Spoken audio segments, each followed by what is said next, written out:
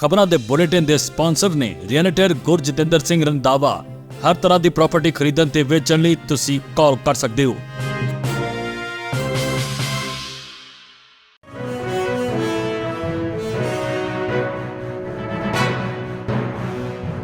सत श्री अकाल जी, तुसीं देख रहे हो पंजाब मेल USA TV ते मैं सुरभीर। खबरां दे इस बुलेटिन च बहुत बहुत स्वागत। पेश आ देश विदेश नाल जुड़ियां होईयां कुछ खास ते चोणवीआं खबरां। DHS ਵੱਲੋਂ आईस ਨੂੰ ਹੁਕਮ, ਇਮੀਗ੍ਰੇਸ਼ਨ ਵਕੀਲਾਂ ਦੇ ਖਿਲਾਫ ਅਸਾਈਲਮ ਫਰੋਡ ਕੇਸ ਵਧਾਏ ਜਾਣ। ਭਾਰਤੀ EB2 ਗ੍ਰੀਨ ਕਾਰਡ ਅਰਜ਼ੀਕਾਰਾਂ ਲਈ ਵੱਡਾ ਝਟਕਾ, ਅਕਤੂਬਰ ਤੱਕ ਵੀਜ਼ਾ ਜਾਰੀ ਕਰਨ ਤੇ ਰੋਕ। 1 ਜੂਨ ਤੋਂ ਨਵਾਂ ਪਾਸਪੋਰਟ ਨਿਯਮ ਲਾਗੂ, ਹਜ਼ਾਰਾਂ ਅਮਰੀਕੀਆਂ ਦੀ ਵਿਦੇਸ਼ ਯਾਤਰਾ ਰੁਕ ਸਕਦੀ ਹੈ। ਅਮਰੀਕਾ ਵਿਰੋਧੀਆਂ ਨੂੰ ਦੇਸ਼ ਵਿੱਚ ਦਾਖਲ ਹੋਣ ਤੋਂ ਰੋਕਣ ਲਈ ਬਿੱਲ ਪੇਸ਼ ਕੀਤਾ ਗਿਆ। ट्रंप की चेतावनी, जे डेमोक्रेट्स ने कांग्रेस संभाल लई तां देश खतरे विच पै सकदा है। इंग्लैंड विच पंजाबी भाईचारे दा मान वधिया, सरदूल सिंह मरवा बने मेयर। हुण इन्हां खबरां दा विस्तार। इस दे नाल ही देश ते विदेश नाल जुड़ियां होईयां तमाम खबरां।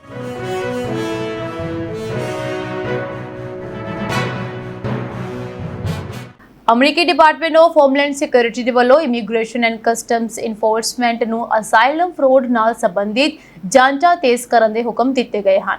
ਇੱਕ ਨਵੇਂ ਮੀਮੋ ਦੇ ਮੁਤਾਬਕ ਹੁਣ ਉਹਨਾਂ ਇਮੀਗ੍ਰੇਸ਼ਨ ਲਾਇਰਸ ਅਤੇ ਲਾਅ ਫਰਮਸ ਤੇ ਵੱਧ ਧਿਆਨ ਦਿੱਤਾ ਜਾਵੇਗਾ ਜਿਨ੍ਹਾਂ ਉੱਤੇ ਫੇਕ ਅਸਾਈਲਮ ਕਲੇਮਸ ਜਾਂ ਫਰੋਡਲੈਂਟ ਇਮੀਗ੍ਰੇਸ਼ਨ ਫਾਈਲਿੰਗਸ ਵਿੱਚ ਸ਼ਾਮਲ ਹੋਣ ਦੇ ਦੋਸ਼ ਹਨ। रिपोर्टा के अनुसार DHS ने आइस एजेंट्स ਨੂੰ ਕਿਹਾ ਹੈ कि असाइलम एप्लीकेशंस ਨਾਲ जुड़े organised fraud networks, document fabrication ਅਤੇ ਕੋਸਟ ਅਸਾइलम स्टोरीज ਦੀ ਗਹਿਰਾਈ ਦੇ ਨਾਲ ਜਾਂਚ ਕੀਤੀ ਜਾਵੇ। ਫੈਡਰਲ ਆਫੀਸ਼ੀਅਲਸ ਦਾ ਦਾਅਵਾ ਹੈ ਕੁਝ ਇਮੀਗ੍ਰੇਸ਼ਨ ਕੰਸਲਟੈਂਟਸ ਅਤੇ ਅਟਾਰਨੀਜ਼ ਵੱਲੋਂ ਲੋਕਾਂ ਨੂੰ ਝੂਠੇ ਅਸਾइलम ਕਲੇਮਸ ਦਾਖਲ ਕਰਨ ਲਈ ਪ੍ਰੇਰਿਤ ਕੀਤਾ ਜਾ ਰਿਹਾ ਹੈ।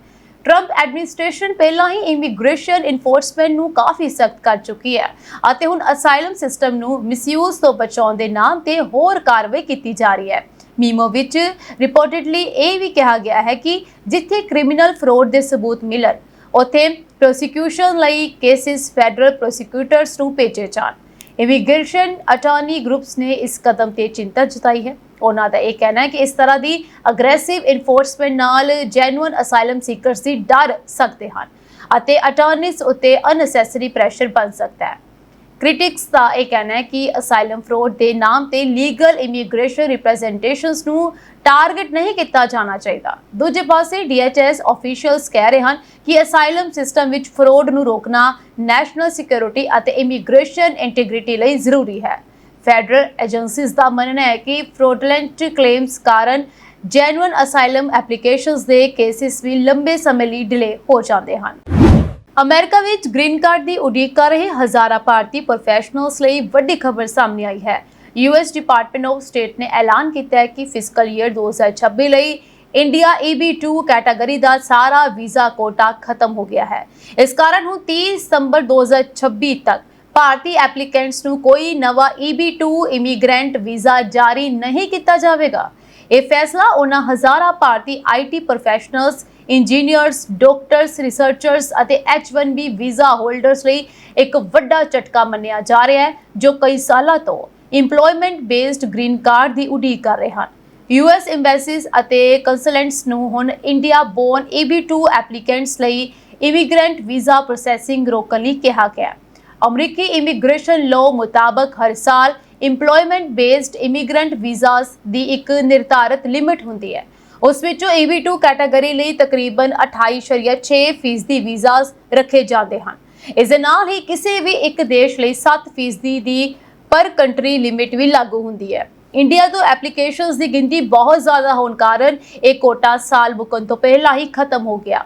ਇਮੀਗ੍ਰੇਸ਼ਨ ਮਾਹਰਾਂ ਦਾ ਕਹਿਣਾ ਹੈ ਕਿ ਇਸ ਦਾ ਅਸਰ adjustment of status applications, embassy interviews ਅਤੇ ਪੈਂਡਿੰਗ ਗ੍ਰੀਨ ਕਾਰਡ ਕੇਸਿਸ ਤੇ ਪਵੇਗਾ। ਕਈ ਐਪਲੀਕੈਂਟਸ ਦੇ ਕੇਸਿਸ ਹੁਣ ਹੋਲਡ ਤੇ ਜਾ ਸਕਦੇ ਹਨ ਅਤੇ ਕੁਝ ਲੋਕਾਂ ਨੂੰ ਹੋਰ ਕਈ ਮਹੀਨੇ ਉਡੀਕ ਕਰਨੀ ਪੈ ਸਕਦੀ ਹੈ। ਹਾਲ ਹੀ ਦੇ ਵਿੱਚ USCIS ਵੱਲੋਂ adjustment of status cases the scrutiny ਵਧਾਉਣ ਤੋਂ ਬਾਅਦ ਪਹਿਲਾਂ ਹੀ ਇਮੀਗ੍ਰੈਂਟਸ ਵਿੱਚ ਚਿੰਤਾ ਵਧੀ ਹੋਈ ਹੈ। ਹੁਣ EB2 ਵੀਜ਼ਾ ਕੈਪ ਖਤਮ ਹੋਣ ਦੇ ਨਾਲ ਇੰਡੀਅਨ ਕਮਿਊਨਿਟੀ ਵਿੱਚ ਹੋਰ ਬੇਚੈਨੀ ਵੱਧ ਗਈ ਹੈ। ਹਾਲਾਂਕਿ 1 ਅਕਤੂਬਰ 2026 ਨੂੰ ਫਿਸਕਲ ਈਅਰ 2027 ਦੀ ਸ਼ੁਰੂਆਤ ਨਾਲ ਨਵਾਂ ਵੀਜ਼ਾ ਕੋਟਾ ਖੁੱਲੇਗਾ ਅਤੇ ਉਸ ਤੋਂ ਬਾਅਦ ਦੁਬਾਰਾ EB2 ਵੀਜ਼ਾਸ ਜਾਰੀ ਕੀਤੇ ਜਾਣ ਦੀ ਸੰਭਾਵਨਾ ਹੈ। ਪਰ ਇਮੀਗ੍ਰੇਸ਼ਨ ਅਟਾਰਨੀਜ਼ ਦਾ ਇਹ ਕਹਿਣਾ ਹੈ ਕਿ ਬੈਕਲੌਗ ਇੰਨਾ ਵੱਡਾ ਹੋ ਚੁੱਕਾ ਹੈ ਕਿ ਐਪਲੀਕੈਂਟਸ ਨੂੰ ਗ੍ਰੀਨ ਕਾਰਡ ਲਈ ਲੰਬਾ ਇੰਤਜ਼ਾਰ ਕਰਨਾ ਪੈ ਸਕਦਾ ਹੈ। ਅਮਰੀਕਾ ਵਿੱਚ 1 ਜੂਨ 2026 ਤੋਂ ਇੱਕ ਨਵਾਂ ਫੈਡਰਲ ਪਾਸਪੋਰਟ ਇਨਫੋਰਸਮੈਂਟ ਰੂਲ ਲਾਗੂ ਹੋਣ ਜਾ ਰਿਹਾ ਹੈ, ਜਿਸ ਨਾਲ ਹਜ਼ਾਰਾਂ ਲੋਕਾਂ ਲਈ ਵਿਦੇਸ਼ ਯਾਤਰਾ ਕਰਨੀ ਮੁਸ਼ਕਿਲ ਹੋ ਸਕਦੀ ਹੈ।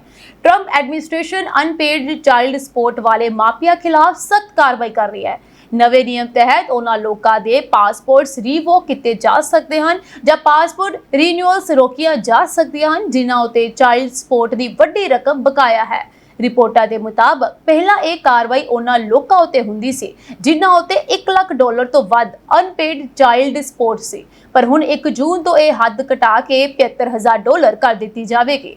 ਇਸ ਨਾਲ ਹੋਰ ਵੱਡੀ ਗਿਣਤੀ ਵਿੱਚ ਲੋਕ ਫੈਡਰਲ ਇਨਫੋਰਸਮੈਂਟ ਦੇ ਦਾਇਰੇ ਵਿੱਚ ਆ ਸਕਦੇ ਹਨ। ਸਟੇਟ ਡਿਪਾਰਟਮੈਂਟ ਅਤੇ ਫੈਡਰਲ ਏਜੰਸੀਜ਼ ਹੁਣ ਉਹਨਾਂ ਲੋਕਾਂ ਦੀਆਂ ਪਾਸਪੋਰਟ ਐਪਲੀਕੇਸ਼ਨਸ ਨੂੰ ਰੋਕ ਸਕਦੀਆਂ ਹਨ, ਰੀਨਿਊਅਲਸ ਡਿਨੇ ਕਰ ਸਕਦੀਆਂ ਹਨ ਅਤੇ ਕੁਝ ਮਾਮਲਿਆਂ ਵਿੱਚ ਐਗਜ਼ਿਸਟਿੰਗ ਪਾਸਪੋਰਟ ਵੀ ਕੈਂਸਲ ਕਰ ਦਿੱਤੇ ਜਾ ਸਕਦੇ ਹਨ। ਐਕਸਪਰਟਸ ਦਾ ਕਹਿਣਾ ਹੈ ਕਿ ਇਸ ਨਿਯਮ ਦਾ ਅਸਰ ਓਵਰਸੀਜ਼ ਵਰਕਰਸ, ਬਿਜ਼ਨਸ ਟਰੈਵਲਰਸ ਅਤੇ ਉਹਨਾਂ ਪਰਿਵਾਰਾਂ ਤੇ ਪੈ ਸਕਦਾ ਹੈ ਜੋ ਅਕਸਰ ਇੰਟਰਨੈਸ਼ਨਲ ਟਰੈਵਲ ਕਰਦੇ ਹਨ। ਕਈ ਲੋਕਾਂ ਨੂੰ ਇਹ ਵੀ ਪਤਾ ਨਹੀਂ ਹੋਵੇਗਾ ਕਿ ਉਹ federal child support enforcement list ਵਿੱਚ ਸ਼ਾਮਲ ਹੋ ਚੁੱਕੇ ਹਨ। ਫੈਡਰਲ ਗਵਰਨਮੈਂਟ ਦਾ ਇਹ ਕਹਿਣਾ ਹੈ ਕਿ ਇਸ ਕਦਮ ਦਾ ਮਕਸਦ ਚਾਈਲਡ ਸਪੋਰਟ ਪੇਮੈਂਟਸ ਨੂੰ ਇਨਫੋਰਸ ਕਰਨਾ ਅਤੇ ਬੱਚਿਆਂ ਦੀ ਫਾਈਨੈਂਸ਼ੀਅਲ ਸਿਕਿਉਰਿਟੀ ਯਕੀਨੀ ਬਣਾਉਣਾ ਹੈ। ਪਰ ਕ੍ਰਿਟਿਕਸ ਕਹਿ ਰਹੇ ਹਨ ਕਿ ਪਾਸਪੋਰਟ ਰਿਸਟ੍ਰਿਕਸ਼ਨਸ ਨਾਲ ਲੋਕਾਂ ਦੀਆਂ ਜੌਬਸ ਅਤੇ ਅਰਨਿੰਗਸ ਓਪਰਚੁਨਿਟੀਜ਼ ਪ੍ਰਭਾਵਿਤ ਹੋ ਸਕਦੀਆਂ ਹਨ, ਜਿਸ ਨਾਲ ਉਹਨਾਂ ਲਈ ਪੇਮੈਂਟਸ ਕਰਨਾ ਹੋਰ ਵੀ ਔਖਾ ਹੋ ਸਕਦਾ ਹੈ। ਇਹ ਨਵਾਂ ਨਿਯਮ 1 ਜੂਨ 2026 ਤੋਂ ਪੂਰੀ ਤਰ੍ਹਾਂ ਲਾਗੂ ਹੋਵੇਗਾ। ਰਿਪਬਲਿਕਨ ਕਾਂਗਰਸਵੁਮਨ ਨੈਂਸੀ ਮੇਸ ਨੇ 26 ਮਈ ਨੂੰ ਇੱਕ ਬਿੱਲ ਪੇਸ਼ ਕੀਤਾ ਸੀ ਜੋ ਸੰਯੁਕਤ ਰਾਜ ਵਿੱਚ ਦਾਖਲੇ ਜਾਂ ਇਮੀਗ੍ਰੇਸ਼ਨ ਲਾਭਾਂ ਦੀ ਮੰਗ ਕਰਨ ਵਾਲੇ ਪ੍ਰਵਾਸੀਆਂ ਲਈ ਲਾਜ਼ਮੀ ਸੱਭਿਆਚਾਰਕ ਸਮੀਕਰਨ ਜਾਂਚਾਂ ਦਾ ਪ੍ਰਸਤਾਵ ਰੱਖਦਾ ਹੈ। ਮੇਸ ਦੇ ਅਨੁਸਾਰ ਕੋਈ ਇਮੀਗ੍ਰੇਸ਼ਨ ਵਿਦਆਊਟ ਐਸਪੀਲੇਸ਼ਨਸ ਰਿਲੇਖ ਵਾਲਾ ਬਿੱਲ ਉਸ ਟੁੱਟੀ ਹੋਈ ਪ੍ਰਣਾਲੀ ਨੂੰ ਖਤਮ ਕਰਨ ਦਾ ਉਦੇਸ਼ ਰੱਖਦਾ ਹੈ ਜੋ ਅਮਰੀਕੀ ਕਦਰਾਂ ਕੀਮਤਾਂ ਨੂੰ ਰੱਦ ਕਰਨ ਵਾਲਿਆਂ ਨੂੰ ਸਾਡੇ ਦਰਵਾਜ਼ਿਆਂ ਵਿੱਚੋਂ ਲੰਘਣ ਦੀ ਆਗਿਆ ਦਿੰਦਾ ਹੈ। ਜੇਕਰ ਮੇਸ ਦਾ ਕਾਨੂੰਨ ਪਾਸ ਹੋ ਜਾਂਦਾ ਹੈ ਤਾਂ ਹੋਮਲੈਂਡ ਸਿਕਿਉਰਿਟੀ ਵਿਭਾਗ ਨੂੰ ਕਿਸੇ ਵੀ ਇਮੀਗ੍ਰੇਸ਼ਨ ਅਰਜ਼ੀ ਨੂੰ ਮਨਜ਼ੂਰੀ ਦੇਣ ਤੋਂ ਪਹਿਲਾਂ ਲਾਜ਼ਮੀ ਤੌਰ ਤੇ ਐਸਪੀਲੇਸ਼ਨ ਸੰਭਾਵਨਾ ਜਾਂਚ ਕਰਨ ਦੀ ਲੋੜ ਹੋਵੇਗੀ। ਬਿੱਲ ਦੀ ਵਿਆਖਿਆ ਕਰਦੇ ਹੋਏ ਮੇਸ ਦੇ ਦਫ਼ਤਰ ਨੇ ਇੱਕ ਬਿਆਨ ਵਿੱਚ ਇਹ ਕਿਹਾ ਹੈ ਕਿ ਬਿੱਲ ਸਧਾਰਨ ਹੈ। ਜੇਕਰ ਤੁਸੀਂ ਅਮਰੀਕਾ ਨੂੰ ਨਫ਼ਰਤ ਕਰਦੇ ਹੋ ਤਾਂ ਤੁਸੀਂ ਇੱਥੇ ਨਹੀਂ ਆ ਸਕਦੇ ਜਾਂ ਇੱਥੇ ਨਹੀਂ ਰਹਿ ਸਕਦੇ। ਬਸ ਬਿੱਲ ਦਾ ਉਦੇਸ਼ ਉਹਨਾਂ ਲੋਕਾਂ ਦੀ ਪਛਾਣ ਕਰਨਾ ਹੈ ਜਿਨ੍ਹਾਂ ਦੇ ਵਿਚਾਰ ਕਥਿਤ ਤੌਰ ਤੇ ਸੰਯੁਕਤ ਰਾਜ ਦੇ ਸਿਧਾਂਤਾਂ ਨਾਲ ਅਸੰਗਤ ਹਨ ਜਾਂ ਨਹੀਂ ਮਿਲਦੇ, ਜੋ ਅਮਰੀਕੀ ਸੱਭਿਆਚਾਰ ਵਿੱਚ ਸਮਾਂ ਜਾਣ ਤੋਂ ਇਨਕਾਰ ਕਰਦੇ ਹਨ ਜਾਂ ਜਿਨ੍ਹਾਂ ਦੀ ਮੌਜੂਦਗੀ ਅਮਰੀਕੀ ਸੱਭਿਆਚਾਰਕ ਏਕਤਾ ਲਈ ਨੁਕਸਾਨਦੇਹ ਹੋਵੇਗੀ। ਉਹਨਾਂ ਨੂੰ ਇਸ ਦੇਸ਼ ਵਿੱਚ ਦਾਖਲ ਹੋਣ ਤੋਂ ਇਨਕਾਰ ਕਰ ਦਿੱਤਾ ਜਾਵੇਗਾ। ਇਸ ਤੋਂ ਇਲਾਵਾ ਬਿੱਲ ਵਿੱਚ ਸੰਯੁਕਤ ਰਾਜ ਵਿੱਚ ਪਹਿਲਾਂ ਤੋਂ ਰਹਿ ਰਹੇ ਪ੍ਰਵਾਸੀਆਂ ਨੂੰ ਦੇਸ਼ ਨਿਕਾਲਾ ਦੇਣ ਦੀ ਵੀ ਵਿਵਸਥਾ ਹੈ ਜੇਕਰ ਉਹਨਾਂ ਦੇ ਵਿਚਾਰ ਅਮਰੀਕੀ ਸੱਭਿਆਚਾਰ, ਇਸ ਦੇ ਕਾਨੂੰਨਾਂ ਅਤੇ ਇਸ ਦੇ ਲੋਕਾਂ ਦੇ ਉਲਟ ਪਾਏ ਜਾਂਦੇ ਹਨ। ਬਿੱਲ ਬਾਰੇ ਬੋਲਦੇ ਹੋਏ ਕਾਂਗਰਸਮੈਨ ਮੇਸ ਨੇ ਇੱਕ ਬਿਆਨ ਵਿੱਚ ਕਿਹਾ ਹੈ ਕਿ ਇਸ ਦੇਸ਼ ਨੂੰ ਨਫ਼ਰਤ ਕਰਨ ਵਾਲਿਆਂ ਦਾ ਸਵਾਗਤ ਕਰਨ ਦਾ ਯੁੱਗ ਖਤਮ ਹੋ ਗਿਆ। ਜੇ ਤੁਸੀਂ ਮੰਨਦੇ ਹੋ ਕਿ ਸ਼ਰੀਆ ਕਾਨੂੰਨ ਸੰਵਿਧਾਨ ਦੀ ਥਾਂ ਲੈ ਸਕਦਾ ਹੈ, ਜੇ ਤੁਸੀਂ ਜਿਹਾਦੀ ਹਿੰਸਾ ਨੂੰ ਜਾਇਜ਼ ਠਹਿਰਾਉਂਦੇ ਹੋ, ਜੇ ਤੁਸੀਂ ਅੰਗਰੇਜ਼ੀ ਸਿੱਖਣ ਤੋਂ ਇਨਕਾਰ ਕਰਦੇ ਹੋ ਤਾਂ ਤੁਹਾਨੂੰ ਇੱਥੇ ਆਉਣ ਦਾ ਕੋਈ ਵੀ ਅਧਿਕਾਰ ਨਹੀਂ ਹੈ। ਸ਼ਰੀਆ ਕਾਨੂੰਨ ਕਦੇ ਵੀ ਅਮਰੀਕੀ ਕਾਨੂੰਨ ਦੀ ਥਾਂ ਨਹੀਂ ਲੈ ਸਕਦਾ। ਇਹ ਦੇਸ਼ ਉਹਨਾਂ ਲੋਕਾਂ ਦੁਆਰਾ ਬਣਾਇਆ ਗਿਆ ਸੀ ਜਿਨ੍ਹਾਂ ਨੇ ਇਸ ਨੂੰ ਪਿਆਰ ਕੀਤਾ, ਇਸ ਦੇ ਲਈ ਕੁਰਬਾਨੀ ਦਿੱਤੀ ਹੈ ਅਤੇ ਇਸ ਨੂੰ ਚੁਣਿਆ ਹੈ। ਜੇ ਤੁਸੀਂ ਅਜਿਹਾ ਨਹੀਂ ਕਰ ਸਕਦੇ ਤਾਂ ਕਰ ਰਹੋ। ਮੇਸ ਨੇ ਅੱਗੇ ਦਲੀਲ ਦਿੱਤੀ ਕਿ ਅਮਰੀਕਾ ਧਰਤੀ ਤੇ ਸਭ ਤੋਂ ਮਹਾਨ ਦੇਸ਼ ਹੈ ਅਤੇ ਸਾਨੂੰ ਇਸ ਦਾ ਬਚਾਅ ਕਰਨ ਦਾ ਪੂਰਾ ਅਧਿਕਾਰ ਹੈ। ਬਿੱਲ ਵਿੱਚ ਇਹ ਵੀ ਕਿਹਾ ਗਿਆ ਹੈ ਕਿ ਅਮਰੀਕੀ ਸਿਧਾਂਤਾਂ ਦੇ ਉਲਟ ਮੰਨੇ ਜਾਣ ਵਾਲੇ ਵਿਚਾਰਾਂ ਵਿੱਚ ਧਾਰਮਿਕ ਕਾਨੂੰਨਾਂ ਦਾ ਸਮਰਥਨ ਕਰਨਾ ਸ਼ਾਮਲ ਹੈ, ਜਿਵੇਂ ਕਿ ਸ਼ਰੀਆ ਕਾਨੂੰਨ ਜੇ ਅਮਰੀਕੀ ਕਾਨੂੰਨ ਦੇ ਨਾਲ ਜਾਂ ਉੱਪਰ ਕੰਮ ਕਰਦੇ ਹਨ, ਧਾਰਮਿਕ ਜਾਂ ਰਾਜਨੀਤਿਕ ਹਿੰਸਾ ਨੂੰ ਜਾਇਜ਼ ਠਹਿਰਾਉਂਦੇ ਹਨ ਅਤੇ ਸੰਵਿਧਾਨਕ ਅਧਿਕਾਰਾਂ ਜਾਂ ਪ੍ਰਤੀਨਿਧੀ ਲੋਕਤੰਤਰ ਦਾ ਵਿਰੋਧ ਕਰਨ ਵਾਲੇ ਵਿਸ਼ਵਾਸ ਰੱਖਦੇ ਹਨ ਤਾਂ ਉਹਨਾਂ ਨੂੰ ਕੋਈ ਇੱਥੇ ਆਉਣ ਦੀ ਜ਼ਰੂਰਤ ਨਹੀਂ ਹੈ। ਇਸ ਵਿੱਚ ਅੰਗਰੇਜ਼ੀ ਸਿੱਖਣ ਤੋਂ ਇਨਕਾਰ ਕਰਨਾ ਅਤੇ ਹੋਮਲੈਂਡ ਸਿਕਿਉਰਿਟੀ ਵਿਭਾਗ ਦੁਆਰਾ ਅਮਰੀਕੀ ਸਿਧਾਂਤਾਂ ਦੇ ਉਲਟ ਮੰਨੇ ਜਾਣ ਵਾਲੇ ਕਿਸੇ ਵੀ ਹੋਰ ਵਿਸ਼ਵਾਸ ਸ਼ਾਮਲ ਹਨ ਜਿਨ੍ਹਾਂ ਨੂੰ ਪ੍ਰਸਤਾਵਿਤ ਕਾਨੂੰਨ ਦੇ ਤਹਿਤ ਚਿੰਤਾਵਾਂ ਵਜੋਂ ਪਛਾਣਿਆ ਜਾਂਦਾ ਹੈ। ਜਾਂਚ ਪ੍ਰਕਿਰਿਆ ਵਿੱਚ ਬਿਨੇਕਾਰ ਨਾਲ ਸਿੱਧੀ ਇੰਟਰਵਿਊ, ਜਨਤਕ ਬਿਆਨਾਂ ਦੀ ਸਮੀਖਿਆ ਅਤੇ ਰਿਸ਼ਤੇਦਾਰਾਂ ਅਤੇ ਸਹਿਯੋਗੀਆਂ ਦੇ ਨਾਲ ਇੰਟਰਵਿਊ ਸ਼ਾਮਲ ਹੋਣਗੇ ਜੋ ਬਿਨੇਕਾਰ ਦੇ ਚਰਿੱਤਰ ਅਤੇ ਵਿਸ਼ਵਾਸਾਂ ਬਾਰੇ ਗੱਲ ਕਰ ਸਕਦੇ ਹਨ। ਮੇਸ ਨੇ ਅੱਗੇ ਵੀ ਕਿਹਾ ਹੈ ਕਿ ਧਰਤੀ ਤੇ ਹਰ ਦੇਸ਼ ਆਪਣੀ ਸੰਸਕ੍ਰਿਤੀ, ਆਪਣੀ ਕਦਰਾਂ ਕੀਮਤਾਂ ਅਤੇ ਆਪਣੇ ਜੀਵਨ ਢੰਗ ਦੀ ਰੱਖਿਆ ਕਰਦਾ ਹੈ। ਅਮਰੀਕਾ ਨੂੰ ਵੀ ਇਹੀ ਕਰਨਾ ਚਾਹੀਦਾ ਹੈ। ਬਹੁਤ ਲੰਬੇ ਸਮੇਂ ਤੋਂ ਅਸੀਂ ਉਹਨਾਂ ਲੋਕਾਂ ਲਈ ਆਪਣੇ ਦਰਵਾਜ਼ੇ ਖੋਲੇ ਹੋਏ ਹਨ ਜਿਨ੍ਹਾਂ ਨੂੰ ਸਾਡੇ ਦੇਸ਼ ਦਾ ਕੋਈ ਸਤਿਕਾਰ ਨਹੀਂ ਹੈ। ਅਸੀਂ ਤੀਜੀ ਦੁਨੀਆ ਲਈ ਡੰਪਿੰਗ ਗਰਾਊਂਡ ਨਹੀਂ ਹਾਂ। ਇਹ ਬਿੱਲ ਅਮਰੀਕਾ ਨੂੰ ਪਹਿਲ ਦਿੰਦਾ ਹੈ ਅਤੇ ਅਸੀਂ ਇਸ ਲਈ ਮਾਫੀ ਨਹੀਂ ਮੰਗਾਂਗੇ। ਅਮਰੀਕਾ ਦੇ ਰਾਸ਼ਟਰਪਤੀ ਡੋਨਲਡ ਟਰੰਪ ਨੇ ਇੱਕ ਤਿੱਖਾ ਬਿਆਨ ਦਿੰਦਿਆਂ ਚੇਤਾਵਨੀ ਦਿੱਤੀ ਹੈ ਕਿ ਜੇ ਨਵੰਬਰ ਚੋਣਾਂ ਵਿੱਚ ਡੈਮੋਕ੍ਰੇਟਸ ਨੇ ਕਾਂਗਰਸ ਤੇ ਕਬਜ਼ਾ ਕਰ ਲਿਆ ਤਾਂ ਅਮਰੀਕਾ ਦਾ ਸਿਆਸੀ ਅਤੇ ਨਿਆਂਕਾਰੀ ਢਾਂਚਾ ਪੂਰੀ ਤਰ੍ਹਾਂ ਬਦਲ ਸਕਦਾ ਹੈ। ਟਰੰਪ ਨੇ ਦੋਸ਼ ਲਗਾਇਆ ਕਿ ਡੈਮੋਕ੍ਰੇਟਸ ਸੁਪਰੀਮ ਕੋਰਟ ਵਿੱਚ ਜੱਜਿਸ ਦੀ ਗਿਣਤੀ 9 ਤੋਂ ਵਧਾ ਕੇ 21 ਤੱਕ ਕਰਨ ਦੀ ਕੋਸ਼ਿਸ਼ ਕਰ ਸਕਦੇ ਹਨ, ਜਿਸ ਨੂੰ ਆਮ ਤੌਰ ਤੇ ਕੋਰਟ ਪੈਕਿੰਗ ਕਿਹਾ ਜਾਂਦਾ ਹੈ। ਇਸ ਦੇ ਨਾਲ ਹੀ ਉਹਨਾਂ ਨੇ ਇਹ ਵੀ ਕਿਹਾ ਕਿ ਸੈਨੇਟ ਫਿਲਬਸਟਰਸ ਰੂਲ ਖਤਮ ਕੀਤਾ ਜਾ ਸਕਦਾ ਹੈ। ਫਿਲੀਬਸਟਰ ਰੂਲ ਅਤੇ ਇਮੀਗ੍ਰੇਸ਼ਨ ਪਾਲਿਸੀਜ਼ ਹੋਰ ਢਿੱਲੀਆਂ ਹੋ ਸਕਦੀਆਂ ਹਨ, ਜਿਸ ਨਾਲ ਬਾਰਡਰ ਰਾਹੀਂ ਵੱਡੀ ਗਿਣਤੀ ਵਿੱਚ ਲੋਕ ਅਮਰੀਕਾ ਵਿੱਚ ਆ ਸਕਦੇ ਹਨ। ਟਰੰਪ ਨੇ ਆਪਣੇ ਬਿਆਨ ਵਿੱਚ ਕਿਹਾ ਜੇ ਡੈਮੋਕ੍ਰੇਟਸ ਨੇ ਕਾਂਗਰਸ ਅਤੇ ਦੇਸ਼ ਦਾ ਕੰਟਰੋਲ ਲੈ ਲਿਆ ਤਾਂ ਉਹਨਾਂ ਨੂੰ ਲੱਗਦਾ ਹੈ ਕਿ ਇਹ ਦੇਸ਼ ਖਤਮ ਹੋ ਜਾਵੇਗਾ। ਉਹਨਾਂ ਨੇ ਕਿਹਾ ਸਾਨੂੰ ਨਵੰਬਰ ਵਿੱਚ ਕਾਂਗਰਸ ਆਪਣੇ ਕੋਲ ਰੱਖਣੀ ਪਵੇਗੀ। ਇਹ ਬਿਆਨ ਆਉਣ ਵਾਲੀਆਂ ਮਿਡ ਟਰਮ ਇਲੈਕਸ਼ਨਸ ਨੂੰ ਲੈ ਕੇ ਰਿਪਬਲਿਕਨ ਕੈਂਪੇਨ ਸਟ੍ਰੈਟੇਜੀ ਦਾ ਹਿੱਸਾ ਮੰਨਿਆ ਜਾ ਰਿਹਾ ਹੈ, ਜਿੱਥੇ ਇਮੀਗ੍ਰੇਸ਼ਨ, ਸੁਪਰੀਮ ਕੋਰਟ ਅਤੇ ਫੈਡਰਲ ਪਾਵਰ ਵਰਗੇ ਮਸਲੇ ਮੁੱਖ ਚਰਚਾ ਵਿੱਚ ਹਨ। ਪੋਲੀਟੀਕਲ ਐਨਾਲਿਸਿਸਟ ਦਾ ਇਹ ਕਹਿਣਾ ਹੈ ਕਿ ਟਰੰਪ ਆਪਣੇ ਸਪੋਰਟਰਸ ਨੂੰ ਮੋਬਿਲਾਈਜ਼ ਕਰਨ ਲਈ ਜੁਡੀਸ਼ਰੀ, ਬਾਰਡਰ ਸਿਕਿਉਰਿਟੀ ਅਤੇ ਕੰਜ਼ਰਵੇਟਿਵ ਵੈਲਿਊਜ਼ ਵਾਲੇ ਮਸਲਿਆਂ ਨੂੰ ਕੇਂਦਰ ਵਿੱਚ ਰੱਖ ਰਹੇ ਹਨ। ਇੰਗਲੈਂਡ ਦੇ ਸੋਲੀਹਲ ਸ਼ਹਿਰ ਵਿੱਚ ਭਾਰਤੀ ਮੂਲ ਦੇ ਪ੍ਰਸਿੱਧ ਸਿੱਖ ਆਗੂ ਸਰਦੂਲ ਸਿੰਘ ਮਰਵਾਹ ਨੂੰ ਨਵੇਂ ਮੇਅਰ ਵਜੋਂ ਚੁਣਿਆ ਗਿਆ ਹੈ। ਸਰਦੂਲ ਸਿੰਘ ਮਰਵਾਹ ਹੁਣ ਸੋਲੀਹਲ ਬਰੋ ਦੇ 73rd ਫਰਸਟ ਸਿਟੀਜ਼ਨ ਵਜੋਂ 2026 ਤੇ 27 ਦੇ ਕਾਰਜਕਾਲੀ ਸੇਵਾ ਨਿਭਾਉਣਗੇ। ਇਹ ਚੋਣ ਸਿੱਖ ਭਾਈਚਾਰੇ ਅਤੇ ਪੰਜਾਬੀ ਕਮਿਊਨਿਟੀ ਦੇ ਲਈ ਇੱਕ ਮਾਣ ਵਾਲੀ ਗੱਲ ਮੰਨੀ ਜਾ ਰਹੀ ਹੈ। ਸਰਦੂਲ ਸਿੰਘ ਮਰਵਾਹ ਪਿਛਲੇ ਕਈ ਦਹਾਕਿਆਂ ਤੋਂ ਇੰਗਲੈਂਡ ਵਿੱਚ ਸਮਾਜ ਸੇਵਾ, ਸਿਆਸਤ ਅਤੇ ਕਮਿਊਨਿਟੀ ਕੰਮਾਂ ਨਾਲ ਜੁੜੇ ਹੋਏ ਹਨ। ਉਹਨਾਂ ਨੂੰ 1990 ਵਿੱਚ ਸਮਾਜ ਲਈ ਵਿਸ਼ੇਸ਼ ਸੇਵਾਵਾਂ ਦੇ ਮੱਦੇਨਜ਼ਰ MBE ਸਨਮਾਨ ਦੇ ਨਾਲ ਵੀ ਨਵਾਜਿਆ ਗਿਆ ਸੀ। ਇਸ ਤੋਂ ਇਲਾਵਾ ਉਹ ਜਸਟਿਸ ਆਫ ਦਾ ਪੀਸ ਵਜੋਂ ਵੀ ਸੇਵਾ ਨਿਭਾ ਚੁੱਕੇ ਹਨ ਅਤੇ ਸਿੱਖ ਚੈਨਲ ਨਾਲ ਵੀ ਲੰਬੇ ਸਮੇਂ ਤੋਂ ਜੁੜੇ ਰਹੇ ਹਨ। ਉਹ ਪਹਿਲਾਂ ਵੀ councillor, school governor, police consultative committee ਦੇ ਚੇਅਰਮੈਨ ਅਤੇ ਵੈਸਟ ਬਰਮਿੰਗਮ ਹੈਲਥ ਅਥਾਰਟੀ ਨਾਲ ਵੱਖ-ਵੱਖ ਅਹੁਦਿਆਂ ਤੇ ਕੰਮ ਕਰ ਚੁੱਕੇ ਹਨ। ਉਹਨਾਂ ਦੀ ਮੇਅਰ ਵਜੋਂ ਚੋਣ ਨੂੰ ਇੰਗਲੈਂਡ ਵਿੱਚ ਵਸਦੇ ਪੰਜਾਬੀਆਂ ਅਤੇ ਸਿੱਖ ਭਾਈਚਾਰੇ ਦੀ ਵੱਧਦੀ ਹੋਈ ਪਛਾਣ ਅਤੇ ਪ੍ਰਭਾਵ ਦੇ ਤੌਰ ਤੇ ਵੀ ਦੇਖਿਆ ਜਾ ਰਿਹਾ ਹੈ। ਸੋਸ਼ਲ ਮੀਡੀਆ ਅਤੇ ਕਮਿਊਨਿਟੀ ਸੰਸਥਾਵਾਂ ਵੱਲੋਂ ਸਰਦੂਲ ਸਿੰਘ ਮਰਵਾਹ ਨੂੰ ਵਧਾਈਆਂ ਦਿੱਤੀਆਂ ਜਾ ਰਹੀਆਂ ਹਨ ਅਤੇ ਉਮੀਦ ਜਤਾਈ ਜਾ ਰਹੀ ਹੈ ਕਿ ਉਹ ਆਪਣੇ ਤਜਰਬੇ ਨਾਲ ਸ਼ਹਿਰ ਦੀ ਤਰੱਕੀ ਅਤੇ ਕਮਿਊਨਿਟੀ ਇਕਤਾ ਲਈ ਮਹੱਤਵਪੂਰਨ ਯੋਗਦਾਨ ਪਾਉਣਗੇ। ਅਮਰੀਕਾ ਵਿੱਚ ਗੈਰ ਕਾਨੂੰਨੀ ਤੌਰ ਤੇ ਦਾਖਲ ਹੋਏ ਇੱਕ ਭਾਰਤੀ ਨਾਗਰਿਕ ਨੂੰ ਬੇਸਬਾਲ ਬੈਟ ਨਾਲ ਇੱਕ ਵਿਅਕਤੀ ਤੇ ਹਮਲਾ ਕਰਨ ਦੇ ਦੋਸ਼ ਵਿੱਚ ਗ੍ਰਿਫਤਾਰ ਕੀਤਾ ਗਿਆ ਹੈ। ਅਧਿਕਾਰੀਆਂ ਨੇ ਕਿਹਾ ਹੈ ਕਿ ਧਵਲ ਅੰਮ੍ਰਿਤਪਾਈ ਪਟੇਲ ਨੂੰ ਪਹਿਲਾਂ 16 ਮਈ ਨੂੰ ਮੈਸੇਚੁਸੇਟਸ ਵਿੱਚ ਵੂਸਟਰ ਪੁਲਿਸ ਵਿਭਾਗ ਨੇ ਗ੍ਰਿਫਤਾਰ ਕੀਤਾ ਸੀ ਅਤੇ ਉਸ ਤੇ ਖਤਰਨਾਕ ਹਥਿਆਰ ਦੇ ਨਾਲ ਹਮਲਾ ਕਰਨ ਅਤੇ ਗੋਲੀਬਾਰੀ ਕਰਨ ਦਾ ਦੋਸ਼ ਲਗਾਇਆ ਗਿਆ ਸੀ। ਪੁਲਿਸ ਰਿਪੋਰਟ ਦੇ ਅਨੁਸਾਰ ਜਿਹੜੀ ਸ਼ਰਾਬ ਦੀ ਦੁਕਾਨ ਤੇ ਦੋਸ਼ੀ ਕੰਮ ਕਰਦਾ ਸੀ, ਉੱਥੇ ਉਸ ਗਾਹਕ ਨਾਲ ਬਹਿਸ ਹੋਈ ਜੋ ਕਥਿਤ ਤੌਰ ਤੇ ਇਸ ਹੱਦ ਤੱਕ ਵੱਧ ਗਈ ਕਿ ਉਸਨੇ ਬੇਸਬਾਲ ਬੈਟ ਚੁੱਕਿਆ ਅਤੇ ਉਸ ਵਿਅਕਤੀ ਤੇ ਹਮਲਾ ਕਰ ਦਿੱਤਾ।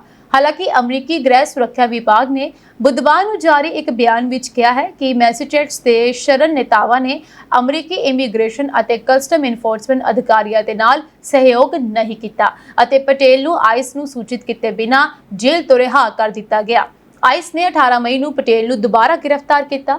ਬਿਆਨ ਵਿੱਚ ਕਿਹਾ ਗਿਆ ਹੈ ਕਿ ਪਟੇਲ ਅਮਰੀਕਾ ਵਿੱਚ ਗੈਰ ਕਾਨੂੰਨੀ ਤੌਰ ਤੇ ਦਾਖਲ ਹੋਇਆ ਸੀ।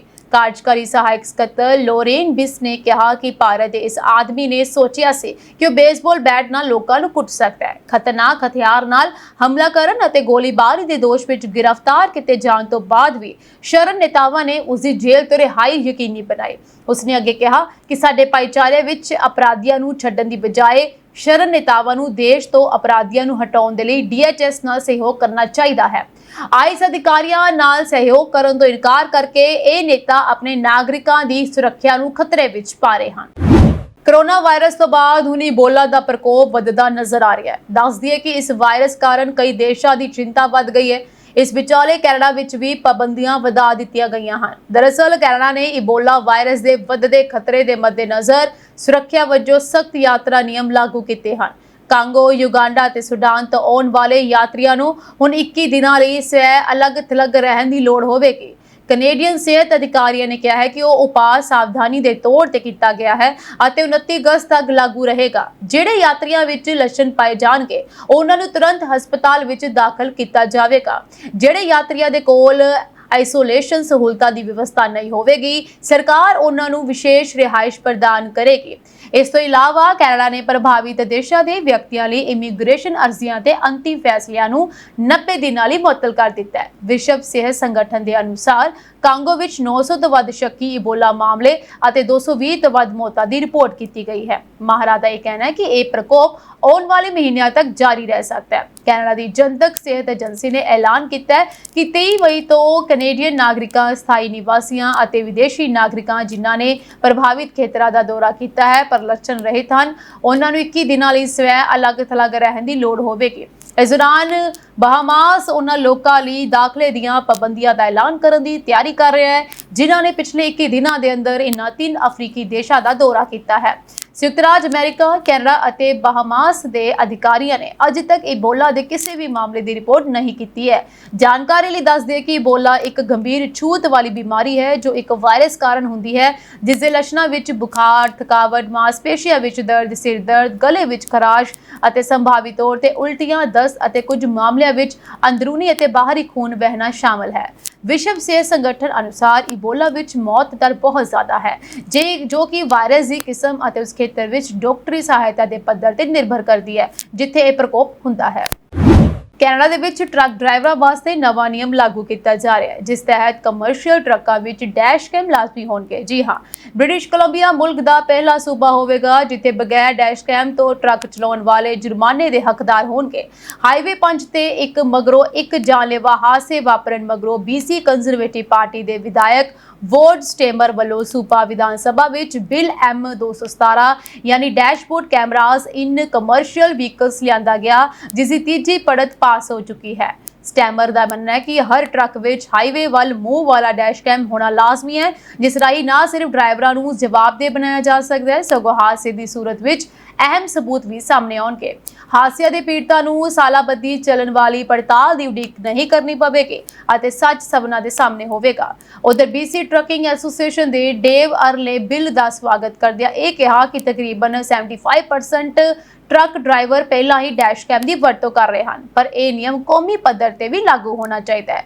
ਦੱਸ ਦੇ ਕਿ BC ਵਿਧਾਨ ਸਭਾ ਵਿੱਚ ਪਾਸ ਹੋਇਆ ਬਿੱਲ ਟਰੱਕ ਡਰਾਈਵਰਾਂ ਨੂੰ ਕੈਬਿਨ ਅੰਦਰਲੇ ਹਾਲਾਤ ਰਿਕਾਰਡ ਕਰਨ ਵਾਸਤੇ ਮਜਬੂਰ ਨਹੀਂ ਕਰਦਾ। ਪ੍ਰਾਈਵੇਸੀ ਕਾਰਨਾਂ ਕਰਕੇ ਕੈਬਿਨ ਅੰਦਰਲੀਆਂ ਤਸਵੀਰਾਂ ਪੇਸ਼ ਕਰਦਾ ਡੈਸ਼ ਕੈਮ ਲਾਜ਼ਮੀ ਨਹੀਂ ਹੋਵੇਗਾ।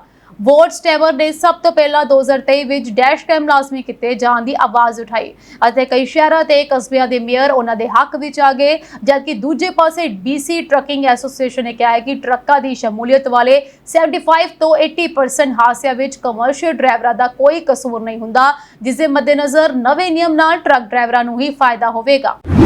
ਅਮਰੀਕਾ ਤੇ ਈਰਾਨ ਦੇ ਵਿਚਕਾਰ ਸ਼ਾਂਤੀ ਸਮਝੌਤੇ ਤੇ ਗੱਲਬਾਤ ਅੱਗੇ ਵਧਦੀ ਜਾਪਦੀ ਹੈ। ਸੰਭਾਵਨਾ ਹੈ ਕਿ ਜਲਦੀ ਹੀ ਇੱਕ ਸਮਝੌਤਾ ਹੋ ਸਕਦਾ ਹੈ ਕਿਉਂਕਿ ਉਹ ਦਾਅਵਾ ਕਰਦੇ ਹਨ ਕਿ ਉਹਨਾਂ ਨੇ ਇੱਕ ਡਰਾਫਟ ਸਮਝੌਤੇ ਤੇ ਪਹੁੰਚ ਕੀਤੀ ਹੈ। ਇਸ ਵਿੱਚ ਈਰਾਨ ਵੱਲੋਂ ਹੋਰਮੁਜ਼ ਜਲ ਡਮਰੂ ਨੂੰ ਦੁਬਾਰਾ ਖੋਲ੍ਹਣਾ ਅਤੇ ਅਮਰੀਕਾ ਵੱਲੋਂ ਨਾਕਾਬੰਦੀ ਹਟਾਉਣਾ ਸ਼ਾਮਲ ਹੈ। ਰਾਇਟਰਸ ਦੇ ਅਨੁਸਾਰ ਈਰਾਨ ਦੇ ਸਰਕਾਰੀ ਟੀਵੀ ਨੇ ਰਿਪੋਰਟ ਦਿੱਤੀ ਹੈ ਕਿ ਤਹਿਰਾਨ ਨੂੰ ਯੁੱਧ ਖਤਮ ਕਰਨ ਲਈ ਅਮਰੀਕਾ ਤੋਂ ਇੱਕ ਸਮਝੌਤੇ ਦਾ ਇੱਕ ਗੈਰ ਰਸਮੀ ਸ਼ੁਰੂਆਤੀ ਖਰੜਾ ਪ੍ਰਾਪਤ ਹੋਇਆ ਹੈ। ਇਸ ਵਿੱਚ ਈਰਾਨ 1 ਮਹੀਨੇ ਦੇ ਅੰਦਰ ਹੋਰਮੁਜ਼ ਜਲ ਡਮਰੂ ਨੂੰ ਦੁਬਾਰਾ ਖੋਲ੍ਹੇਗਾ ਤਾਂ ਜੋ ਵਪਾਰਕ ਸ਼ਿਪਿੰਗ ਪਹਿਲਾਂ ਵਾਂਗ ਪ੍ਰਵਾਹ ਹੋ ਸਕੇ ਜਦਕਿ ਅਮਰੀਕਾ ਨੇੜਲੇ ਖੇਤਰ ਤੋਂ ਆਪਣੀਆਂ ਫੌਜਾਂ ਨੂੰ ਵਾਪਸ ਬੁਲਾ ਲਵੇਗਾ ਅਤੇ ਸਮੁੰਦਰੀ ਨਾਕਾਬੰਦੀ ਹਟਾ ਦੇਵੇਗਾ। ਈਰਾਨੀ ਟੀਵੀ ਦੇ ਅਨੁਸਾਰ ਫੌਜੀ ਜਹਾਜ਼ਾਂ ਨੂੰ ਬਾਹਰ ਰੱਖਿਆ ਗਿਆ ਜਦਕਿ ਈਰਾਨ ਅਤੇ ਓਮਾਨ ਸਾਂਝੇ ਤੌਰ ਤੇ ਹੋਰਮੁਜ਼ ਜਲ ਡਮਰੂ ਰਾਹੀਂ ਜਹਾਜ਼ਾਂ ਦੀ ਆਵਾਜਾਈ ਦਾ ਪ੍ਰਬੰਧਨ ਕਰਨਗੇ। ਖਰੜੇ ਨੂੰ ਅਜੇ ਅੰਤਿਮ ਰੂਪ ਨਹੀਂ ਦਿੱਤਾ ਗਿਆ ਅਤੇ ਤਹਿਰਾਨ ਠੋਸ ਤਸਦੀਕ ਤੋਂ ਬਿਨਾਂ ਕੋਈ ਕਾਰਵਾਈ ਨਹੀਂ ਕਰੇਗਾ। ਇਸ ਵਿੱਚ ਇਹ ਵੀ ਕਿਹਾ ਗਿਆ ਹੈ ਕਿ ਜੇਕਰ 60 ਦਿਨਾਂ ਦੇ ਅੰਦਰ ਕੋਈ ਸਮਝੌਤਾ ਹੋ ਜਾਂਦਾ ਹੈ ਤਾਂ ਇਸ ਨੂੰ ਸੰਯੁਕਤ ਰਾਸ਼ਟਰ ਸੁਰੱਖਿਆ ਪਰਿਸ਼ਦ ਦੇ ਮਤੇ ਵਜੋਂ ਮਨਜ਼ੂਰੀ ਦਿੱਤੀ ਜਾ ਸਕਦੀ ਹੈ। ਅਮਰੀਕਾ ਨੇ ਸਮਝੌਤੇ ਦੀ ਪ੍ਰਮਾਣਿਕਤਾ ਤੋਂ ਇਨਕਾਰ ਕੀਤਾ ਹੈ ਅਤੇ ਇਹ ਕਿਹਾ ਹੈ ਕਿ ਇਹ ਪੂਰੀ ਤਰ੍ਹਾਂ ਮਨਘੜਤ ਹੈ। ਈਰਾਨੀ ਨਿਯੰਤਰਿਤ ਮੀਡੀਆ ਦੁਆਰਾ ਇਹ ਰਿਪੋਰਟ ਸੱਚ ਨਹੀਂ ਹੈ ਅਤੇ ਉਹਨਾਂ ਦੁਆਰਾ ਜਾਰੀ ਕੀਤਾ ਗਿਆ ਸਮਝੌਤਾ ਪੱਤਰ ਪੂਰੀ ਤਰ੍ਹਾਂ ਮਨਘੜਤ ਹੈ। ਵਾਈਟ ਹਾਊਸ ਨੇ ਐਕਸ ਤੇ ਲਿਖਿਆ, ਕਿਸੇ ਨੂੰ ਵੀ ਈਰਾਨੀ ਸਰਕਾਰੀ ਮੀਡੀਆ ਦੁਆਰਾ ਫੈਲਾਈ ਗਈ ਕਿਸੇ ਵੀ ਚੀਜ਼ ਤੇ ਵਿਸ਼ਵਾਸ ਨਹੀਂ ਕਰਨਾ ਚਾਹੀਦਾ। ਤੱਥ ਮਾਇਨੇ ਰੱਖਦੇ ਹਨ। ਨਿਊਯਾਰਕ ਟਾਈਮਜ਼ ਦੇ ਅਨੁਸਾਰ ਲਿਬਨਾਨ ਵਿੱਚ ਇਜ਼ਰਾਈਲ ਦਾ ਨਵਾਂ ਹਮਲਾ ਅਮਰੀਕਾ ਈਰਾਨ ਸ਼ਾਂਤੀ ਵਾਰਤਾ ਨੂੰ ਗੁੰਝਲਦਾਰ ਬਣਾ ਸਕਦਾ ਹੈ। ਇਜ਼ਰਾਈਲ ਨੇ ਬੁੱਧਵਾਰ ਨੂੰ ਦੱਖਣੀ ਲਿਬਨਾਨ ਵਿੱਚ ਹਿਜ਼ਬੁੱਲਾ ਦੇ ਟਿਕਾਣੇ ਤੇ ਬੰਬਾਰੀ ਕੀਤੀ। ਇਜ਼ਰਾਈਲ ਨੇ ਇੱਕ ਦਿਨ ਪਹਿਲਾਂ ਵੀ ਹਮਲੇ ਕੀਤੇ ਸਨ। ਲਿਬਨਾਨ ਦੇ ਸਿਹਤ ਮੰਤਰਾਲੇ ਨੇ ਦੱਸਿਆ ਕਿ ਇਜ਼ਰਾਈਲ ਦੇ ਹਮਲੇ ਵਿੱਚ ਬੱਚਿਆਂ ਸਮੇਤ 31 ਲੋਕ ਮਾਰੇ ਗਏ ਸਨ। ਇਜ਼ਰਾਈਲ ਨੇ ਅਜਿਹੇ ਸਮੇਂ ਲਿਬਨਾਨ ਵਿੱਚ ਹਮਲੇ ਤੇਜ਼ ਕਰ ਦਿੱਤੇ ਹਨ ਜਦੋਂ ਅਮਰੀਕਾ ਅਤੇ ਈਰਾਨ ਇੱਕ ਸ਼ਾਂਤੀ ਸਮਝੌਤੇ ਦੇ ਨੇੜੇ ਜਾ ਰਹੇ ਹਨ। ਅਮਰੀਕਾ ਦੇ ਵਾਸ਼ਿੰਗਟਨ ਰਾਜ ਵਿੱਚ ਇੱਕ ਪੇਪਰ ਮਿਲ ਵਿੱਚ ਵਾਪਰੇ ਰੂਹ ਕੰਬਾਊ ਹਾਦਸੇ ਨੇ ਪੂਰੇ ਇਲਾਕੇ ਵਿੱਚ ਦਹਿਸ਼ਤ ਫੈਲਾ ਦਿੱਤੀ ਹੈ। ਲੌਂਗ ਵਿਊ ਸ਼ਹਿਰ ਵਿੱਚ ਸਥਿਤ ਇੱਕ ਮਿਲ ਵਿੱਚ ਕੈਮੀਕਲ ਟੈਂਕ ਫਟਣ ਕਾਰਨ 2 ਲੋਕਾਂ ਦੀ ਮੌਤ ਹੋ ਗਈ ਹੈ, ਜਦਕਿ 9 ਹੋਰ ਕਰਮਚਾਰੀ ਲਾਪਤਾ ਹਨ, ਜਿਨ੍ਹਾਂ ਦੇ ਮਾਰੇ ਜਾਣ ਦਾ ਖਦਸ਼ਾ ਜਤਾਇਆ ਜਾ ਰਿਹਾ ਹੈ। ਜਾਣਕਾਰੀ ਅਨੁਸਾਰ ਇਹ ਹਾਦਸਾ ਜਾਪਾਨ ਦੇ ਨਿਪੋਨ ਪੇਪਰ ਗਰੁੱਪ ਦੀ ਸਹਾਇਕ ਕੰਪਨੀ ਨਿਪੋਨ ਡਾਇਨਾਵੇਵ ਪੈਕੇਜਿੰਗ ਦੇ ਪਲਾਂਟ ਵਿੱਚ ਵਾਪਰਿਆ। ਜਿਸ ਟੈਂਕ ਵਿੱਚ ਧਮਾਕਾ ਹੋਇਆ ਉਸ ਵਿੱਚ ਲਗਭਗ 9 ਲੱਖ ਗੈਲਨ ਵਾਈਟ ਲੀਕਰ ਭਰਿਆ ਹੋਇਆ ਸੀ। ਇਹ ਇੱਕ ਬਹੁਤ ਹੀ ਖਤਰਨਾਕ ਅਤੇ ਖੋਰਨ ਵਾਲਾ ਕੈਮੀਕਲ ਕੋਲ ਹੈ ਜੋ ਕਾਗਜ਼ ਬਣਾਉਣ ਲਈ ਲੱਕੜ ਦੀ ਲੁਗਦੀ ਤਿਆਰ ਕਰਨ ਵੇਲੇ ਵਰਤਿਆ ਜਾਂਦਾ ਹੈ। ਵਾਸ਼ਿੰਗਟਨ ਦੇ ਗਵਰਨਰ ਬੋਬ ਨੇ ਇਸ ਘਟਨਾ ਤੇ ਚਿੰਤਾ ਪ੍ਰਗਟ ਕਰਦਿਆਂ ਇਹ ਕਿਹਾ ਕਿ ਅਧਿਕਾਰੀ ਇਸ ਸੰਭਾਵਨਾ ਲਈ ਤਿਆਰ ਹਨ ਕਿ ਇਹ ਆਧੁਨਿਕ ਵਾਸ਼ਿੰਗਟਨ ਰਾਜ ਦੇ ਇਤਿਹਾਸ ਦਾ ਸਭ ਤੋਂ ਘਾਤਕ ਉਦਯੋਗਿਕ ਦੁਖਾਂਤ ਬਣ ਸਕਦਾ ਹੈ। ਅਮਰੀਕੀ ਕੈਮੀਕਲ ਸੇਫਟੀ ਅਤੇ ਹਜ਼ਾਰਡ ਇਨਵੈਸਟੀਗੇਸ਼ਨਸ ਬੋਰਡ ਨੇ ਹਾਦਸੇ ਦੇ ਕਾਰਨਾਂ ਦਾ ਪਤਾ ਲਗਾਉਣ ਦੇ ਲਈ ਉੱਚ ਪੱਧਰੀ ਜਾਂਚ ਸ਼ੁਰੂ ਕਰ ਦਿੱਤੀ ਹੈ। ਸਥਾਨਕ ਫਾਇਰ ਅਧਿਕਾਰੀਆਂ ਨੇ ਦੱਸਿਆ ਕਿ ਟੈਂਕ ਫਟਣ ਦੇ ਨਾਲ ਭਾਰੀ ਮਾਤਰਾ ਵਿੱਚ ਖਤਰਨਾਕ ਕੈਮੀਕਲ ਫੈਲ ਗਿਆ ਹੈ, ਜਿਸ ਕਾਰਨ ਬਚਾਅ ਕਾਰਜ ਬਹੁਤ ਹੌਲੀ ਅਤੇ ਖਤਰਨਾਕ ਹੋ ਗਏ ਹਨ। ਟੈਂਕ ਦੇ ਨੁਕਸਾਨੇ ਗਏ ਢਾਂਚੇ ਦੇ ਡਿੱਗਣ ਦਾ ਡਰ ਹੈ ਅਤੇ ਕੈਮੀਕਲ ਦੇ ਸੰਪਰਕ ਵਿੱਚ ਆਉਣ ਦਾ ਵੀ ਖਤਰਾ ਬਣਿਆ ਹੋਇਆ। ਅਧਿਕਾਰੀਆਂ ਦੇ ਅਨੁਸਾਰ ਮਿਲੇ ਪੀੜਤਾਂ ਨੂੰ ਪਛਾਣ ਲਈ ਭੇਜਣ ਤੋਂ ਪਹਿਲਾਂ ਉਹਨਾਂ ਦਾ ਡੀਕੈਂਟੇਮੇਸ਼ਨਸ ਯਾਨੀ ਕਿ ਜ਼ਹਿਰੀਲੇ ਪਦਾਰਥਾਂ ਤੋਂ ਸਫਾਈ ਕਰਨਾ, ਡੀਕੰਟੇਮੀਨੇਸ਼ਨ ਕਰਨਾ ਜ਼ਰੂਰੀ ਹੈ। ਇਸ ਹਾਦਸੇ ਦਾ ਅਸਰ ਵਾਤਾਵਰਣ ਤੇ ਵੀ ਦੇਖਣ ਨੂੰ ਮਿਲ ਰਿਹਾ ਹੈ। ਹਾਲਾਂਕਿ ਸ਼ਹਿਰ ਦੀ ਹਵਾ ਅਤੇ ਪੀਣ ਵਾਲੇ ਪਾਣੀ ਨੂੰ ਸੁਰੱਖਿਅਤ ਦੱਸਿਆ ਗਿਆ ਹੈ, ਪਰ ਕੁਝ ਕੈਮੀਕਲ ਪ੍ਰਦੂਸ਼ਣ ਕੋਲੰਬੀਆ ਨਦੀ ਤੱਕ ਪਹੁੰਚ ਗਿਆ ਹੈ, ਜਿਸ ਦੀ ਲਗਾਤਾਰ ਟੈਸਟਿੰਗ ਕੀਤੀ ਜਾ ਰਹੀ ਹੈ। ਕੰਪਨੀ ਦੇ ਅਧਿਕਾਰੀਆਂ ਨੇ ਕਿਹਾ ਹੈ ਕਿ ਉਹਨਾਂ ਦਾ ਸਾਰਾ ਧਿਆਨ ਇਸ ਸਮੇਂ ਲਾਪਤਾ ਲੋਕਾਂ ਦੀ ਭਾਲ ਅਤੇ ਪੀੜਿਤ ਪਰਿਵਾਰਾਂ ਦੀ ਮਦਦ ਤੇ ਹੈ। ਅਮਰੀਕੀ ਫੌਜ ਨੇ ਈਰਾਨ ਦੇ ਇੱਕ ਫੌਜੀ ਟਿਕਾਣੇ ਤੇ ਰੱਖਿਆਤਮਕ ਹਮਲੇ ਕੀਤੇ ਹਨ, ਜਿਸ ਵਿੱਚ 4 ਈਰਾਨੀ ਡਰੋਨ ਡਿੱਗਣ ਤੋਂ ਬਾਅਦ ਬੰਦਰ ਆਬਾਸ ਸਥਿਤ ਇੱਕ ਜ਼ਮੀਨੀ ਕੰਟਰੋਲ ਸਟੇਸ਼ਨ ਨੂੰ ਨਿਸ਼ਾਨਾ ਬਣਾਇਆ ਗਿਆ। ਇਹ ਕਾਰਵਾਈ ਅਜਿਹੇ ਸਮੇਂ ਹੋਈ ਹੈ ਜਦੋਂ ਰਾਸ਼ਟਰਪਤੀ ਡੋਨਾਲਡ ਟਰੰਪ ਨੇ ਦਾਅਵਾ ਕੀਤਾ ਹੈ ਕਿ ਈਰਾਨ ਦੇ ਨਾਲ ਸਮਝੌਤਾ ਨੇੜੇ ਹੈ ਅਤੇ ਉਹ ਈਰਾਨ ਦੇ ਪਰਮਾਣੂ ਸਮਰੱਥਾ ਨੂੰ ਘਟਾ ਕੇ ਇਸ ਟਕਰਾਅ ਨੂੰ ਖਤਮ ਕਰਨਾ ਚਾਹੁੰਦੇ ਹਨ, ਭਾਵੇਂ ਕਿ ਇਸ ਨਾਲ ਰਿਪਬਲਿਕਨਾਂ ਦੇ ਅੰਦਰ ਹੀ ਅਸਹਿਮਤੀ ਪਾਈ ਜਾ ਰਹੀ ਹੈ। ਹਾਲਾਂਕਿ ਟਰੰਪ ਨੇ ਨਵੰਬਰ ਦੀਆਂ ਮਿਡਟਰਮ ਚੋਣਾਂ ਦਾ ਅਸਰ ਆਪਣੀ ਰਣਨੀਤੀ ਤੇ ਪੈਣ ਤੋਂ ਇਨਕਾਰ ਕੀਤਾ ਹੈ, ਪਰ ਈਰਾਨ ਦੇ ਨਾਲ ਸੰਭਾਵਿਤ ਸਮਝੌਤੇ ਨੂੰ ਲੈ ਕੇ ਕਈ ਗੰਭੀਰ ਸਵਾਲ ਬਰਕਰਾਰ ਹਨ, ਜਿਵੇਂ ਕਿ ਈਰਾਨ ਵੱਲੋਂ ਯੂਰੇਨੀਅਮ ਸਟਾਕ ਨੂੰ ਕਿਵੇਂ ਛੱਡਿਆ ਜਾਵੇਗਾ ਅਤੇ ਕੀ ਇਹ ਸਮਝੌਤਾ ਇਜ਼ਰਾਈਲ ਹਿਜ਼ਬੁੱਲਾ ਟਕਰਾਅ ਤੇ ਵੀ ਲਾਗੂ ਹੋਵੇਗਾ। ਇਸ ਤੋਂ ਇਲਾਵਾ ਟਰੰਪ ਵੱਲੋਂ ਕੁਵੈਤ, ਸਾਊਦੀ ਅਰਬ, ਕਤਰ ਅਤੇ ਪਾਕਿਸਤਾਨ ਨੂੰ ਅਬਰਾਹਮ ਅਕਾਰਡਸ ਵਿੱਚ ਸ਼ਾਮਲ ਹੋਣ ਦੇ ਲਈ ਜ਼ੋਰ ਪਾਉਣਾ ਵੀ ਇੱਕ ਕੂਟਨੀਤਿਕ ਚੁਣੌਤੀ ਭਰਿਆ ਹੈ, ਕਿਉਂਕਿ ਸਾਊਦੀ ਅਰਬ ਸਮੇਤ ਕਈ ਦੇਸ਼ ਫਲਸਤੀਨੀ ਰਾਜ ਦੀ ਸ਼ਰਤ ਤੇ ਅੜੇ ਹੋਏ ਹਨ। ਮਾਹਰਾਂ ਦੇ ਮੰਨਣਾ ਹੈ ਕਿ ਈਰਾਨ ਪਾਬੰਦੀਆਂ ਤੋਂ ਮਿਲਣ ਵਾਲੀ ਰਾਹਤ ਦੀ ਵਰਤੋਂ ਆਪਣੀ ਫੌਜੀ ਸਮਰੱਥਾ ਅਤੇ ਹਿਜ਼ਬੁੱਲਾ ਵਰਗੇ ਪ੍ਰੋਕਸੀ ਸਮੂਹਾਂ ਨੂੰ ਮਜ਼ਬੂਤ ਕਰਨ ਲਈ ਕਰ ਸਕਦਾ ਹੈ, ਜਿਸ ਨਾਲ ਖੇਤਰੀ ਅਸਥਿਰਤਾ ਦਾ ਖਤਰਾ ਬਣਿਆ ਹੋਇਆ ਹੈ। ਸਰਕਾਰੀ ਅੰਕੜਿਆਂ ਅਨੁਸਾਰ ਪਿਛਲੇ ਸਾਲ ਇੰਗਲੈਂਡ ਅਤੇ ਵੇਲਜ਼ 'ਚ ਜਨਮ ਦਰ ਪਿਛਲੀ ਅੱਧਾ ਸਦੀ 'ਚ ਸਭ ਤੋਂ ਹੇਠਲੇ ਪੱਧਰ ਤੇ ਪਹੁੰਚ ਗਈ ਹੈ। ਸਾਲ 2025 ਵਿੱਚ ਕੁੱਲ 5,85,396 ਜਿਉਂਦੇ ਬੱਚਿਆਂ ਦਾ ਜਨਮ ਹੋਇਆ, ਜੋ ਕਿ 1976 ਤੋਂ ਬਾਅਦ ਸਭ ਤੋਂ ਘੱਟ ਗਿਣਤੀ ਹੈ। ਇਹ ਪਿਛਲੇ 100 ਸਾਲਾਂ ਵਿੱਚ ਚੌਥੀ ਸਭ ਤੋਂ ਘੱਟ ਜਨਮ ਦਰ ਦਰਜ ਕੀਤੀ ਗਈ ਹੈ। ਬ੍ਰਿਟੇਨ ਦੀ ਆਬਾਦੀ ਵਿੱਚ ਵਧਦੀ ਵਿਭਿੰਨਤਾ ਦੀ ਝਲਕ ਇਹਨਾਂ ਆંકੜਿਆਂ ਵਿੱਚ ਸਾਫ਼ ਦਿਖਾਈ ਦਿੰਦੀ ਹੈ। ਆંકੜਿਆਂ ਦੇ ਮੁਤਾਬਕ 2025 ਵਿੱਚ ਹੋਏ ਕੁੱਲ ਜਨਮਾਂ ਵਿੱਚੋਂ 40% ਬੱਚੇ ਅਜਿਹੇ ਮਾਪਿਆਂ ਦੇ ਸਨ ਜਿਨ੍ਹਾਂ ਵਿੱਚੋਂ ਇੱਕ ਜਾਂ ਦੋਵੇਂ ਵਿਦੇਸ਼ 'ਚ ਪੈਦਾ ਹੋਏ ਸਨ।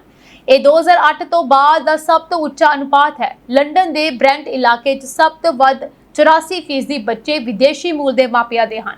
ਰਾਜਧਾਨੀ ਤੋਂ ਬਾਹਰ ਸਲੋਚ 'ਚ ਇਹ ਦਰ 79.2% ਅਤੇ ਲੂਟਨ ਵਿੱਚ 78.1% ਰਹੇ। ਵਿਦੇਸ਼ੀ ਮੂਲ ਦੇ ਮਾਪਿਆਂ 'ਚ ਭਾਰਤ ਲਗਾਤਾਰ ਤੀਜੇ ਸਾਲ ਸਿਖਰ ਤੇ ਰਿਹਾ। ਵਿਦੇਸ਼ ਵਿੱਚ ਜਨਮੇ ਪਿਤਾਵਾਂ ਵਿੱਚੋਂ 4.9% ਅਤੇ ਮਾਵਾਂ ਵਿੱਚੋਂ 4.7% ਭਾਰਤੀ ਮੂਲ ਦੇ ਸਨ। ਪਾਕਿਸਤਾਨ ਦੂਜੇ ਅਤੇ ਨਾਈਜੀਰੀਆ ਤੀਜੇ ਸਥਾਨ ਤੇ ਰਿਹਾ ਹੈ। ਰਿਪੋਰਟ ਦੱਸਦੀ ਹੈ ਕਿ ਲੋਕ ਹੁਣ ਵਧੇਰੇ ਉਮਰ 'ਚ ਮਾਪੇ ਬਣ ਰਹੇ ਹਨ। 2025 ਵਿੱਚ ਮਾਵਾਂ ਦੀ ਔਸਤ ਉਮਰ ਵੱਧ ਕੇ 31.1 ਸਾਲ ਅਤੇ ਪਿਤਾਵਾਂ ਦੀ 34 ਸਾਲ ਹੋ ਗਈ ਹੈ। ਇਸ ਦੇ ਮੁਕਾਬਲੇ 1975 ਦੇ ਵਿੱਚ ਇਹ ਉਮਰ ਕ੍ਰਮਵਾਰ 26 ਅਤੇ 29 ਸਾਲ ਦੀ ਸੀ। ਸਿੱਖਿਆ ਸਕੱਤਰ ਬ੍ਰਿਜੇਟ ਫਿਲੀਪੀਨਜ਼ ਦੇ ਅਨੁਸਾਰ ਵੱਧਦੇ ਕਿਰਾਏ, ਮੋਰਗੇਜ, ਭੋਜਨ ਦੀਆਂ ਕੀਮਤਾਂ ਅਤੇ ਬਾਲ ਸੰਭਾਲ ਦੇ ਖਰਚੇ ਉਹ ਮੁੱਖ ਕਾਰਨ ਹਨ ਜਿਨ੍ਹਾਂ ਕਰਕੇ ਲੋਕ ਬੱਚੇ ਪੈਦਾ ਕਰਨ ਵਿੱਚ ਦੇਰੀ ਕਰ ਰਹੇ ਹਨ। ONS ਦੇ ਗ੍ਰੈਗ ਸੀਲੀ ਨੇ ਕਿਹਾ ਹੈ ਕਿ ਜਨਮ ਦਰ 'ਚ ਇਹ ਗਿਰਾਵਟ ਪਿਛਲੇ ਇੱਕ ਦਹਾਕੇ ਤੋਂ ਚੱਲ ਰਹੇ ਲੰਬੇ ਸਮੇਂ ਦੇ ਰੁਝਾਨ ਦਾ ਹਿੱਸਾ ਹੈ। ਰਿਪੋਰਟ 'ਚ ਇਹ ਵੀ ਦੱਸਿਆ ਗਿਆ ਹੈ ਕਿ ਪਿਛਲੇ ਸਾਲ 28 ਮਈ ਨੂੰ ਸਭ ਤੋਂ ਵੱਧ ਬੱਚਿਆਂ ਦਾ ਜਨਮ ਹੋਇਆ, ਜਦਕਿ ਬਾਕਸਿੰਗ ਡੇ ਸਭ ਤੋਂ ਘੱਟ ਜਨਮਾਂ ਵਾਲਾ ਦਿਨ ਰਿਹਾ। ਇਹ ਸਾਂਝੀ ਦੇਸ਼ ਤੇ ਵਿਦੇਸ਼ ਨਾਲ ਜੁੜੀਆਂ ਹੋਈਆਂ ਕੁਝ ਖਾਸ ਤੇ ਚੋਣਵੇਂ ਖਬਰਾਂ। ਹੋਰ ਅਪਡੇਟਸ ਨਾਲ ਜੁੜੇ ਰਹਿਣ ਲਈ ਤੁਸੀਂ ਸਾਨੂੰ IPTV ਬਾਕਸ ਤੋਂ ਇਲਾਵਾ ਸਾਡੇ ਸੋਸ਼ਲ ਮੀਡੀਆ ਪਲੇਟਫਾਰਮ ਜਿਵੇਂ ਕਿ ਇੰਸਟਾਗ੍ਰam, ਟਿਕਟੌਕ, ਫੇਸਬੁੱਕ, YouTube ਤੇ ਸਬਸਕ੍ਰਾਈਬ ਤੇ ਫੋਲੋ ਕਰ ਸਕਦੇ ਹੋ ਤਾਂ ਕਿ ਤਾਜ਼ਾ ਖਬਰ ਤੇ ਸਾਡੇ ਖਾਸ ਪ੍ਰੋਗਰਾਮ ਸਭ ਤੋਂ ਪਹਿਲਾਂ ਤੁਹਾਨੂੰ ਮਿਲ ਸਕਣ। ਫਿਲਹਾਲ ਅੱਜ ਲਈ ਇੰਨਾ ਹੀ। ਮੈਨੂੰ ਦਿਓ ਇਜਾਜ਼ਤ। ਤੁਹਾਡਾ ਸਭ ਦਾ ਬਹੁਤ ਬਹੁਤ ਧੰਨਵਾਦ।